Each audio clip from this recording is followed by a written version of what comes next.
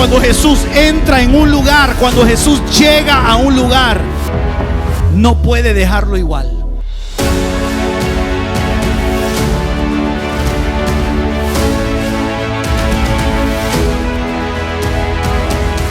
Iglesia El Shaddai, Roatán.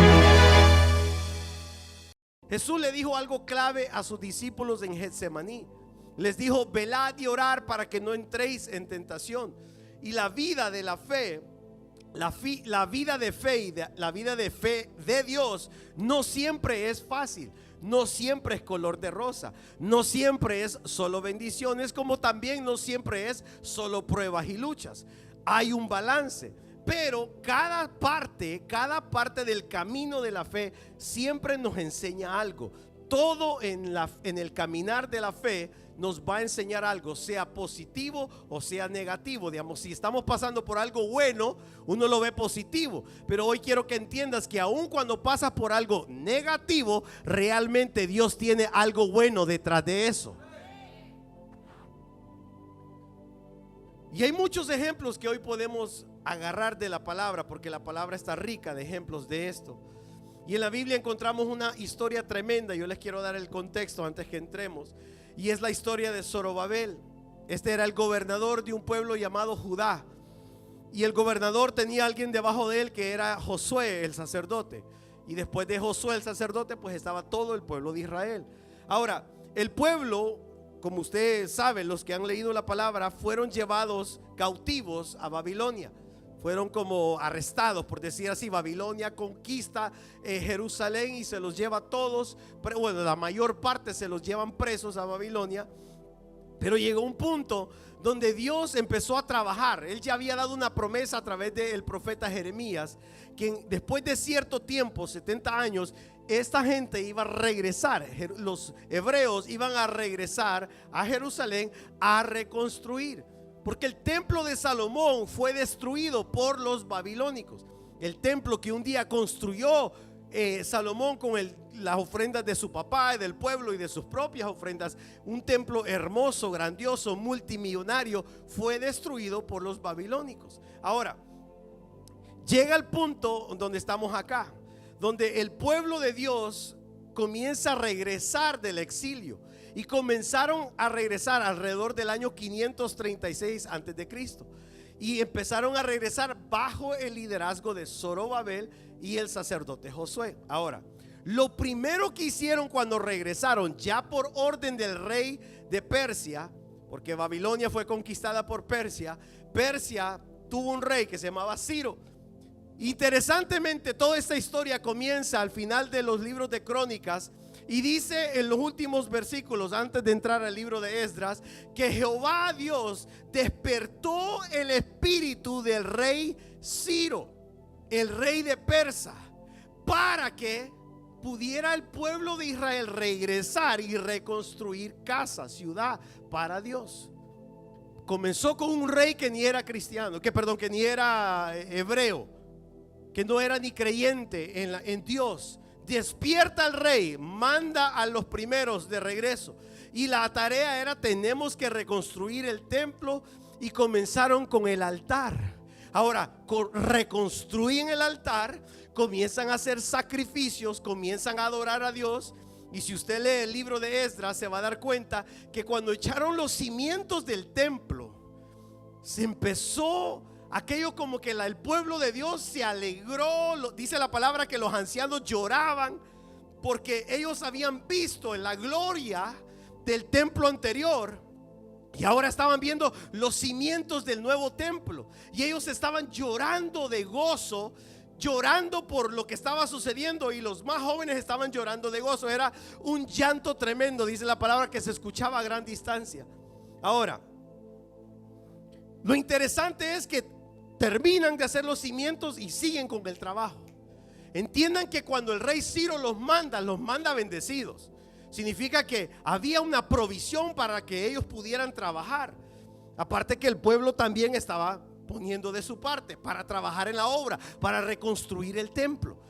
Pero como siempre, todo en la vida, cuando usted comienza a hacer algo para Dios, siempre se va a levantar oposición. ¿Escucharon lo que les dije? siempre se va a levantar oposición, sea internamente o externamente. Siempre vamos a tener oposición. No le tenga miedo a la oposición, más bien sepa que es parte de la vida cristiana. Y leemos en el libro de Esdras, capítulo 4, del 4 al 5, en la Reina Valera contemporánea. Les estoy dando la introducción para que entendamos qué significa despierta mi espíritu. Pero dice la palabra: pero los que poblaron esas tierras los amenazaron y los llenaron de temor para que no siguieran construyendo. Sobornaron a los consejeros para que se pusieran en su contra, y lograron detener la obra durante el reinado de Ciro y hasta los días del rey Darío de Persia. Esta gente tenía una sola tarea: parar la obra, detener el avance, detener el propósito por el cual fueron llevados de regreso a Jerusalén. Y lo que hicieron fue que le mandaron una carta al rey y le dijeron: tené cuidado con esta gente. Esta gente es rebelde. Esta gente, cuando se levanta, conquista, y ellos dejarán de pagar impuestos si los dejas seguir construyendo. El rey les hace caso, escucha lo que la gente dice y detiene la obra. Entonces sucede algo interesante. El pueblo entra en desánimo. Se detiene la obra. Por 15 años dejan de construir el templo. Ya están en Jerusalén, pero se detiene por completo la obra, por la oposición y por el desánimo. Y por 15 años siguen con su vida normal. Comienzan a construir sus casas, comienzan a hacer todo para ellos. Se olvidaron por qué fueron sacados de Babilonia. Fueron sacados con un propósito, que era reconstruir la casa de Dios. Y yo lo voy a conectar con la revelación que Dios tiene para usted esta noche. Pero después de 15 años, Dios usa a dos hombres, Ageo y Zacarías. El profeta Ageo y Zacarías. Y Dios le da, esto es tremendo, le da las instrucciones. Primero lo despierta y después le da la palabra. Ya lo vamos a ver. Ageo 1:14. Mire, con solo la segunda palabra, ahí está la joya. Es una perla eso. Y despertó Jehová el espíritu de Zorobabel, hijo de Salatiel, gobernador de Judá, y el espíritu de Josué, hijo de Josadac, sumo sacerdote, y el espíritu de todo el resto del pueblo, y vinieron y trabajaron en la casa de Jehová de los ejércitos, su Dios. Ok, quiero que comprendan algo antes que entre en las definiciones. Hay muchos que ya días dejaron de estar trabajando en el templo. Pastor, pero yo no trabajo aquí. Sí, es que usted está viendo todo y me está escuchando todo con ojos y oídos terrenales. La Biblia dice algo claro en el libro de Corintios: ¿o ignoráis que vosotros sois templo y morada del Espíritu Santo? Y quiero que ustedes comprendan algo, que igual que Israel fuimos sacados de Babilonia para algo. Fuimos sacados de Babilonia para algo. Fuimos sacados de las tinieblas para cumplir un propósito. Y Él mismo nos construyó. Somos el templo y la morada del Espíritu Santo. Pero muchas veces por oposición y por contaminación y por desánimo dejamos de edificar el templo. Dejamos de edificar las paredes de nuestro templo. Dejamos de cuidar nuestra vida espiritual. Y esto el Señor me lo decía esta semana que me estuve preparando. Dejamos de cuidar nuestra casa espiritual. Diga conmigo: yo soy un templo.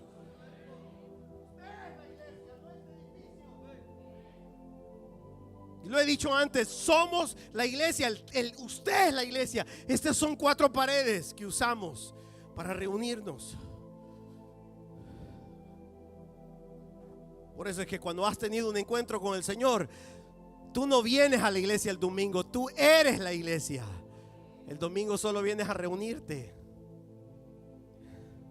Entonces hay muchos que hemos dejado de edificar la casa espiritual. Hemos dejado de edificar nuestra casa, nuestro templo y morada del Espíritu Santo por desánimo, por oposición, por escuchar personas equivocadas. Y mire lo que dice Primera de Pedro 2:5. Y vosotros también, dígale que está a la par, es para ti. Ahora dígaselo al otro, es para ti también. Y vosotros también, como piedras vivas, sed edificados como ¿qué? Como, no, es que algunos están dormidos. ¿Como qué? Y sacerdocio santo, para ofrecer sacrificios espirituales aceptables a Dios por medio de Jesucristo. Usted no fue sacado de Egipto ni de Babilonia solo de puro gusto, sino es para poder cumplir con un propósito, para edificar esa casa, para honrar al Señor con sacrificios vivos todos los días. Me sacó para cumplir un llamado. Ahora vamos a regresar al otro. Ese era el paréntesis en medio de esto. Ese no es el tema, pero un día lo voy a desarrollar ahí. Pero esa no es la avenida que vamos a llevar hoy. Regrésenme al otro versículo, por favor. Ageo 1:14. Este versículo es muy interesante por la palabra despertar. La palabra despertó en hebreo es la palabra ur. Es un verbo que literalmente significa abrirle los ojos a alguien. Aparte que representa y significa abrirle los ojos a alguien, también representa animar. Pero el significado que más me encantó es cómo lo usan, y está en hebreo también, que es agitar, y en inglés lo usan correctamente. La versión King James de este versículo dice la frase exacta: y despertó Jehová el espíritu de Zorobabel. En inglés dice and he stirred up his spirit. La palabra stirred up, o la palabra que es agitar, esa es la traducción, agitar, es literalmente lo que uno hace cuando se va a tomar un jugo. ¿Cuántos han tenido jugo y lo dejan en la refri? ¿Han visto lo que sucede con un jugo? Vaya, una medicina. Los ingredientes se asientan en la parte de abajo, ¿sí o no? ¿Sabe lo que es eso que está sentado ahí? Es la esencia. Eso es lo que le da sabor. Y lo que pasa es que cuando nosotros nos aplastamos, cuando nos quedamos en un solo lugar, todo comienza a sentarse y la esencia queda abajo. Todo lo demás solo es volumen. Y para poderse tomar ese jugo rico, uno lo agita.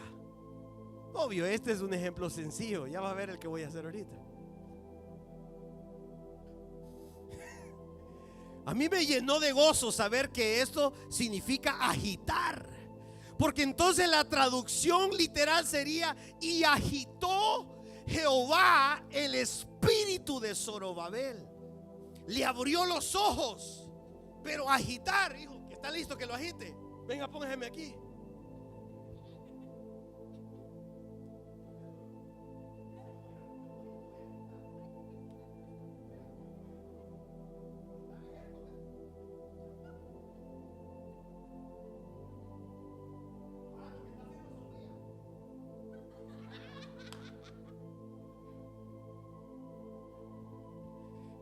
¿Entiende? ¿Qué es eso?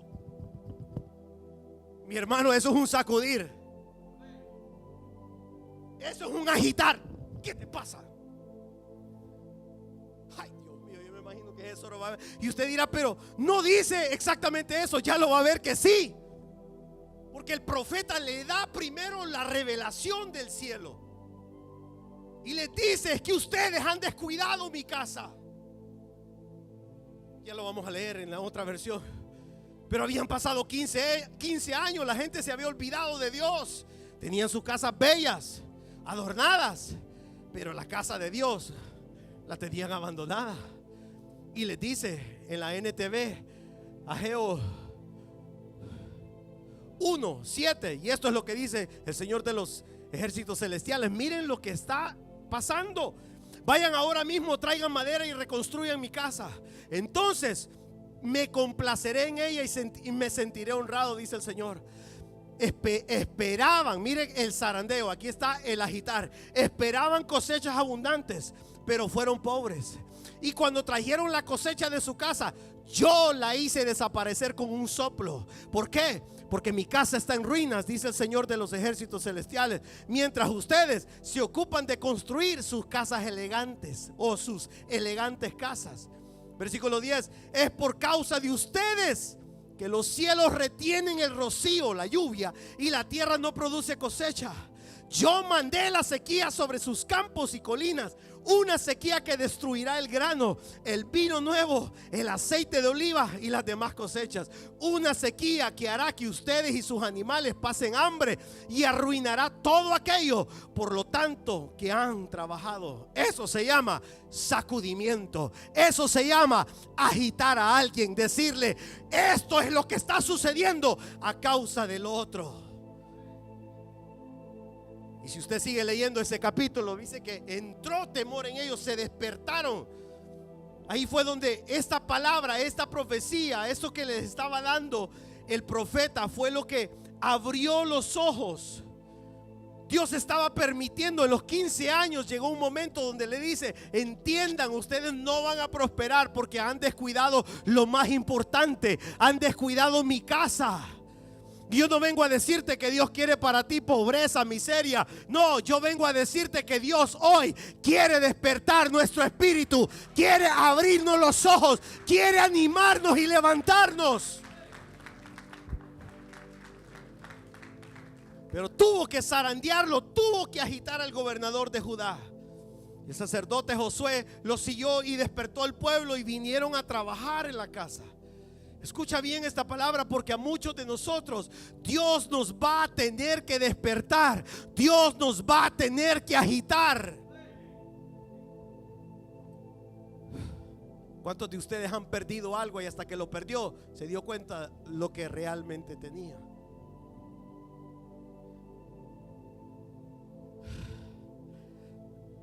El agitarse, el agitar a alguien, el despertarlo, aunque parezca malo, es necesario. El problema es que nos olvidamos de dónde Dios nos sacó. Nos olvidamos de Egipto. Nos olvidamos de que sufríamos en Babilonia. Nos volvemos como el pueblo de Israel. Allá comíamos de balde. ¿Cuál de balde? Eran esclavos. Eran esclavos. Y entonces, ¿qué es lo que sucede? Necesitamos, igual que Zorobabel, ser despertados. ¿No ha notado usted que ora más y ayuna más cuando viene la crisis? Es porque viene un despertar. Cuando viene el problema, usted como que se da cuenta ahí. Ya días no oro y ayuno. ¿Qué es lo que sucedió? Se le abrieron los ojos. Pero tuvo que venir el bombazo para usted abrir los ojos. Tuvo que venir el problema para usted decir: necesito alinearme con Dios. Tuvo que venir la situación crítica para usted decir: ya nomás voy a jugar con el Señor. Pero mientras estamos con los ojos cerrados, todo lo tomamos por hecho, lo tomamos como nos familiarizamos con el Señor. Diga conmigo: hoy me despierto. Y si hay alguno dormido ahí, dígale: despertate vos. Mire lo que dice Efesios 5, 14 al 17. Por lo cual les dice: despierta tú que duermes, levántate de los muertos y te alumbrará Cristo. Mira pues con diligencia cómo andéis, no como necios, sino como sabios, aprovechando bien el tiempo, porque los días son malos. Por tanto, no seáis insensatos, sino entendidos de cuál sea la buena voluntad del Señor. Y aquí hay una palabra que me sobresale, que es la palabra diligencia. Diligencia es mirar cuidadosamente. Y Pablo le dice a Efesios: sean diligentes en cómo andan. Andar es una acción de caminar. Y si leemos más en Efesios y en Gálatas, dice: si andáis como en el Espíritu, camina en el Espíritu. Tenemos que ser diligentes en ver cómo andamos.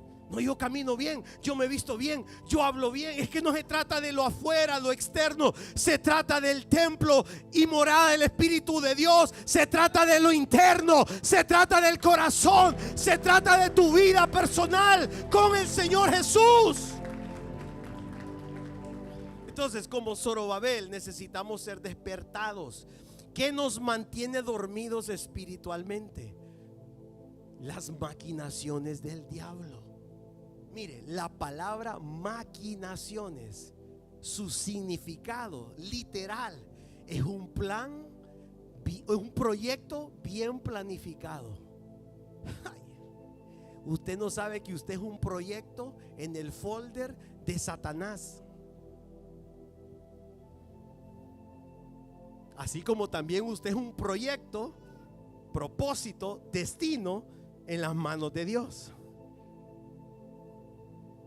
Pero en el folder de Satanás dice: este es un proyecto, ¿a quién se lo asigno? Hay algunos que él personalmente los agarra, otros los asigna a los más chiquitos, ahí a los demonios.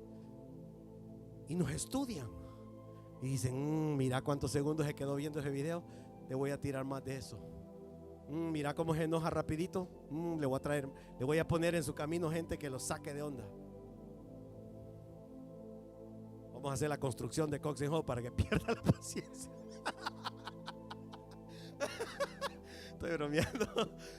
Pero él tiene maquinaciones, él planifica.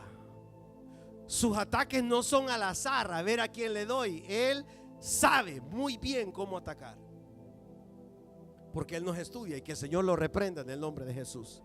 Pablo dijo: no ignoramos sus maquinaciones. Y Pablo estaba hablando acerca de perdonar a un hermano que había cometido un tremendo pecado, que se había metido con la madrastra. Y en la primera carta de Corintios lo reprende, le dice: saquen ese sinvergüenza de la iglesia. Así dice, se lo estoy parafraseando, versión Johan Muñoz 2025. Y en la segunda carta le dicen: no, si se arrepintió, perdónenlo. No vaya a ser que el enemigo tome ventaja de eso. Y ahí es donde él dice: porque no ignoramos sus maquinaciones. Y el enemigo es bueno para querer sacarnos del propósito de Dios. Entonces, ¿qué nos mantiene dormidos? Las maquinaciones del enemigo. Pero en esta noche le levantamos la falda al diablo y le decimos: que el Señor te reprenda. Conozco tus maquinaciones, pero conozco más la mano de mi Dios. ¿Qué nos mantiene dormidos? Distracciones. Levánteme la mano los distraídos.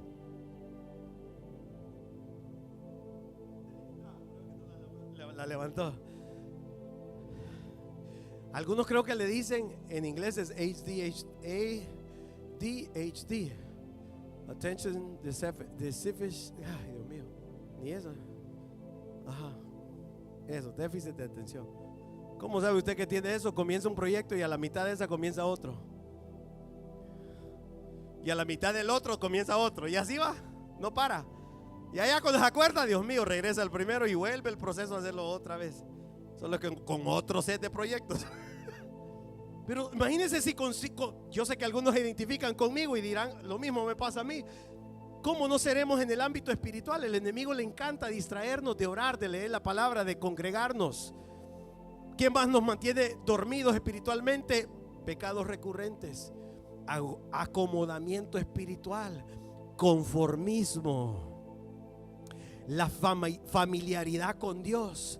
Déjeme decirle algo: Dios no te sacó del mundo de puro gusto. Él tiene un propósito y un llamado para cada uno de ustedes, sea en el ámbito ministerial o sea en el ámbito del mundo. Pero Dios te llamó para hacer algo en esta tierra. El problema es que todos creemos que no soy pastor. Es cierto, usted no lo va a hacer, pero puede ser que Dios te levante como un tremendo empresario, como un tremendo doctor, como un tremendo político que crea en Dios y que sí le sea fiel.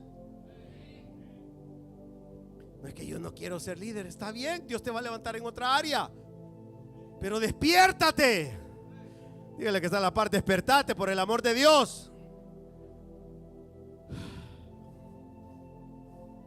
Les tengo noticia, Dios no te trajo a esta iglesia, a esta casa, para que te quedes estancado. Si Dios a usted lo trajo por esas puertas por medio de una invitación, si Dios lo trajo por medio de Facebook, por TikTok, por alguien que lo trajo, le dijo, anda ahí, Dios quiere hacer algo contigo, ahí pueden orar por ti. Si Dios lo trajo a este lugar, yo creo en mi corazón que lo trajo por algo, por un propósito, para restaurar tu matrimonio, para levantar tu familia, para traer sanidad a tu cuerpo, pero también para usarte.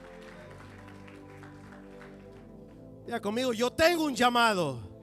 Dígalo fuerte, creyéndolo, tengo propósito. Tienes que creerlo. Yo crecí por muchos años creyendo que yo no servía para nada. Yo creía que no iba a ser nadie en la vida, hasta que me di cuenta que ya era alguien en la vida. Era un hijo de Dios en él. Y esto es lo tremendo de Dios, cuando Él nos ve con sus ojos. Y cuando yo leía este versículo allá atrás en mi oficina ahorita, Dios me mostraba algo tremendo que está ahí como que escondido en las palabras. Joel 3, 9 al 10. Proclamar esto entre las naciones, proclamar guerra, despertad a los valientes. Dígale que está a su lado, despierta, valiente. No, ustedes todavía están como mis gallinitas allá. Dígale, despierta, valiente. Van a ver a quién le está hablando valiente. A quién le está diciendo Dios valiente aquí. Acérquense, vengan todos los hombres de guerra. No lo vaya a cambiar. Hombre, desde ahí usted tiene un perfil de un guerrero. ¿Sí o no? Usted se imagina un guerrero armado hasta los de pies a cabeza. Pero Dios no le estaba hablando a guerreros. Le está hablando literalmente a agricultores. Vaya al versículo 10. Forjad espadas de vuestros asadones. Ajá, ¿cómo? Despertad, valientes, guerreros de Dios. Le está dando la palabra a un montón de gente que trabaja la tierra, y a ese tipo de personas se le dice obreros. Él está hablando a obreros y le está diciendo: hagan espadas de vuestros asadones, lanzas de vuestros hoces. Y ahí está la frase famosa: diga el débil. Cuando Dios nos despierta, al fin podemos ver que aunque parezca que somos débiles, aunque parezca que no servimos para nada, realmente en Cristo Jesús somos tremendos guerreros de Dios. En Cristo Jesús somos tremendos valientes. Y Él nos dice: haz la espada. Lo bueno es que ya tenemos la espada. Deja de creer las mentiras, las maquinaciones del diablo, que te dicen que eres un cobarde, que te dicen que no sirves para nada, que te dicen: ¿para qué lo vas a volver a intentar? Siempre te voy a botar. Esa fue una de mis luchas cuando yo comencé en el evangelio. No podía dejar de fumar, no podía dejar de tomar, no podía dejar de inyectarme cocaína, no podía dejar de ver pornografía, no podía dejar nada, no podía dejar de mentir. Era un mentiroso compulsivo. Si algo era blanco, yo decía que era negro. Solo por decirlo, pues no había necesidad de mentir, pero yo quería mentir. Luché todos los domingos, y el enemigo me susurraba algo al oído y me decía: ¿para qué te vas a reconciliar? ¿Para qué? Mañana vas a volver a hacerlo. Y algunas veces me decía: saliendo del templo lo vas a hacer. Literalmente sus mentiras me mantenían en el suelo, hasta que Dios me liberó de eso. Gloria sea al Señor. Pero tuvo que despertarme. Y aquí hay un montón, hijos, iglesia, hermanos, amigos que nos visitan por primera vez. Tienes que despertar. Y yo prefiero despertar por las buenas a despertar por las malas. Porque despertar por las malas, quién sabe lo que podemos llegar a perder, quién sabe el nivel de sacudimiento que nos va a tocar. Pero algo que yo le decía al Señor mientras oraba: si es necesario que nos sacudas, sacúdenos bien, porque me quiero despertar bien, quiero abrir los ojos bien y quiero agarrarme de tus ojos bien, de tu presencia bien. Y si viene el sacudir, que mi fe esté fundamentada en la roca que es Cristo Jesús. Y también usted es un valiente en Cristo Jesús. Por eso esta noche Dios nos va a despertar valientes para la guerra espiritual, para ganar su familia para Cristo, para salir de la depresión, para levantarse y cumplir su propósito en Cristo Jesús. El avivamiento no será por ser carismático. El avivamiento no se desata, simplemente porque regalemos cosas. Será por su Santo Espíritu. El crecimiento de la iglesia, la salvación de las almas, el transformar la ciudad, el avivamiento vendrá por medio del Espíritu Santo de Dios. La unción no está reservada para el pastor, la unción es para toda la iglesia.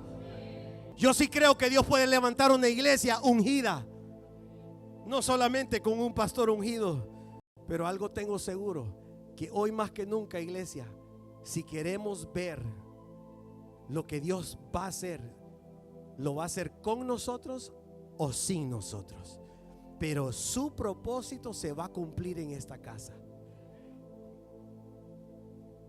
Así como despertó a Zorobabel, nos va a despertar esta noche. Y Pedro dice en 2 de Pedro 1, 12 al 13: por esto yo no dejaré de recordarles siempre estas cosas, aunque ustedes ya las sepan. Lo estoy parafraseando, pero dice: aunque vosotros las sepáis y estáis confirmados en la verdad presente, pues tengo por justo, en tanto que estoy en este cuerpo, el despertarlos. Mire, el despertaros como amonestación. Él les está diciendo a la iglesia: lo veo justo despertarlos con recordarles todas estas cosas. Y ahí usted tiene que leer las epístolas, pero le recuerda del comportamiento, le recuerda de la doctrina, le recuerda de un montón de cosas que usted y yo también necesitamos recordar hoy en día. Yo le pido al Señor: despierta mi espíritu, Padre. Despierta la iglesia, Padre. Despiértanos para poder ser luz en medio de las tinieblas. Despiértanos para que podamos vivir en santidad en medio de la oscuridad. Despiértanos para que podamos reflejar el carácter amoroso de Cristo. Porque lo que va a ganar la gente hoy en día a Cristo no es nuestros gritos, será nuestra actitud, nuestro carácter que refleje el carácter de Él.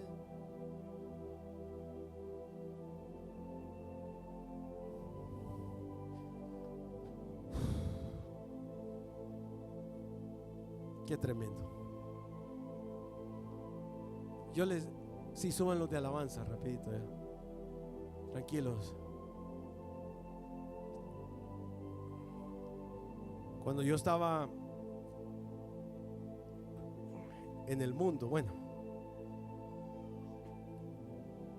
cuando estaba en el mundo, yo caí. Cuando yo estaba en Cristo, yo una vez caí. Pero yo sé que usted nunca, porque usted es santo y pues usted nunca ha fallado al Señor. Tranquilo, no se distraigan con los muchachos. Ustedes pónganse ahí, alístense. Cuando yo tenía 16 años, yo acepto a Cristo por primera vez. Me mandan a un campamento de jóvenes, yo acepto a Jesús. Era sincero, aunque era una iglesia súper legalista, que ya he contado cómo eran, ¿verdad? Separaban los hombres y las mujeres, no se podían usar faldas, las mujeres usaban velo. Era otro tipo de doctrina, pero ahí fue donde yo acepté a Cristo. Y me levanto y empiezo a crecer. Era parte del comité de jóvenes, era parte de la alabanza, porque yo tocaba la guitarra, era un líder. Y un día caí. Dejé de orar, dejé de ayunar, me descuidé y caí. Caí en los pecados que normalmente caen los jóvenes. En ese caso yo era drogadicto, todavía estaba luchando con eso. Caí otra vez en las drogas y caigo con una muchacha, una exnovia. Me voy al mundo. Yo cumplí 18 años caído, porque acepté a Cristo a los 16 y una semana antes de cumplir 18 años caigo. Me acuerdo bien de la fecha porque fechas así a veces no se me olvidan. Era el 10 de mayo. El 10 de mayo me escapé de la casa. Y cuando me escapé dejé una nota que decía: el perro vuelve al vómito. Hasta la Biblia, o sea, yo bien bíblico caí. El asunto es que caigo, me empiezo a juntar otra vez con la bandita con la que andaba. Regreso a la iglesia, pero nunca me levanté de verdad. Estaba así como que sí, sí, no y sí. Ya me gustaba más el mundo, estaba joven, no quería saber nada de Dios. Empecé a ir a la iglesia, pero también era del mundo, ¿entiendes? Vivía dos vidas. Entonces, domingo estaba en la iglesia, aleluya, aleluya, gloria a Dios, alabaré. Y de lunes a sábado, normal, el mundo. Tenía un amigo, que descanse en paz. Era uno de mis mejores amigos. Empezamos a andar en las calles. Andar a las calles fuertes. Andábamos, él era de una pandilla grande, yo era de otra. Y pues andábamos en las calles, loqueando. Fuimos a Tijuana, fuimos a todos lados. Éramos como cualquier joven. Estoy hablando de mi vida pasada, ¿ok? Para que no lo saquen de contexto. ¿Estamos en vivo todavía? No lo saquen de contexto ahí, que dice que el pastor todavía se pone loco. No.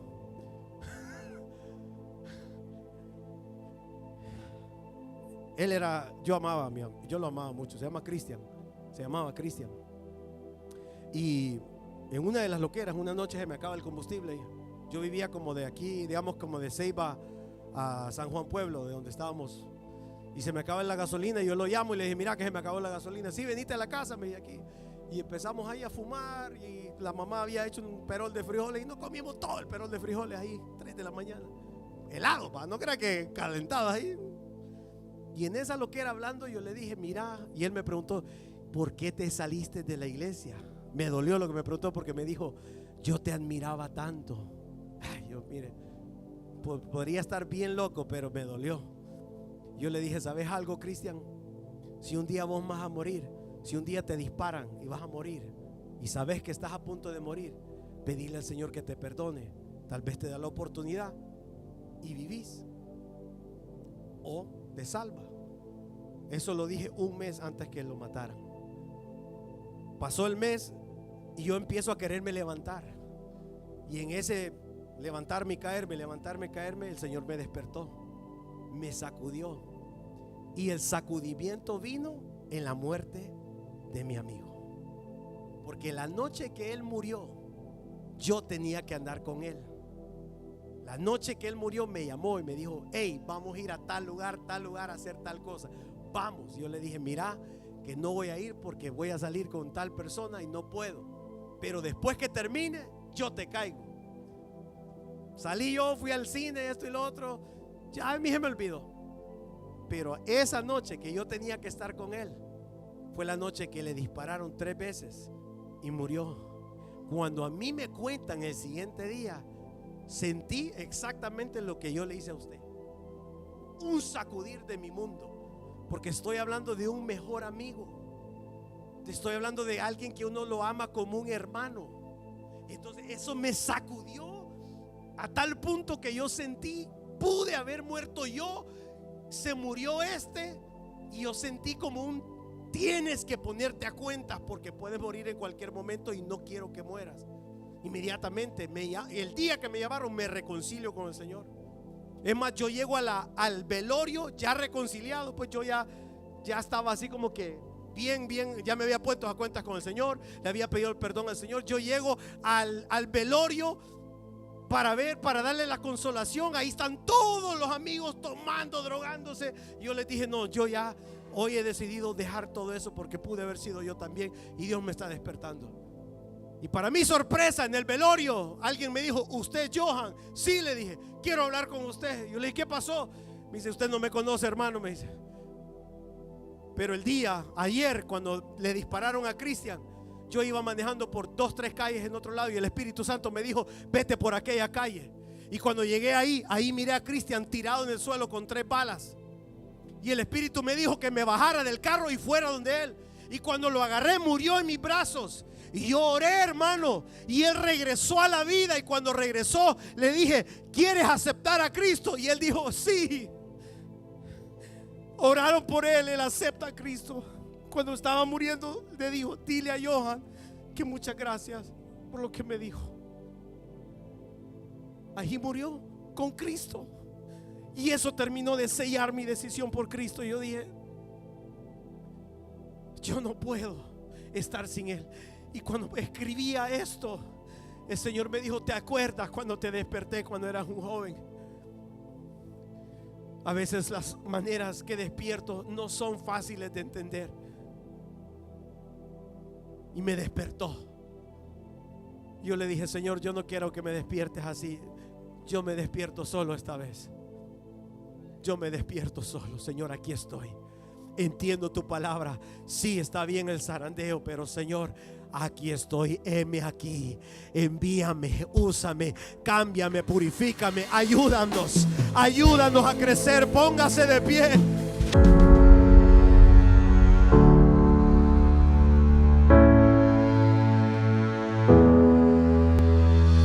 Cuando Jesús entra en un lugar, cuando Jesús llega a un lugar, no puede dejarlo igual.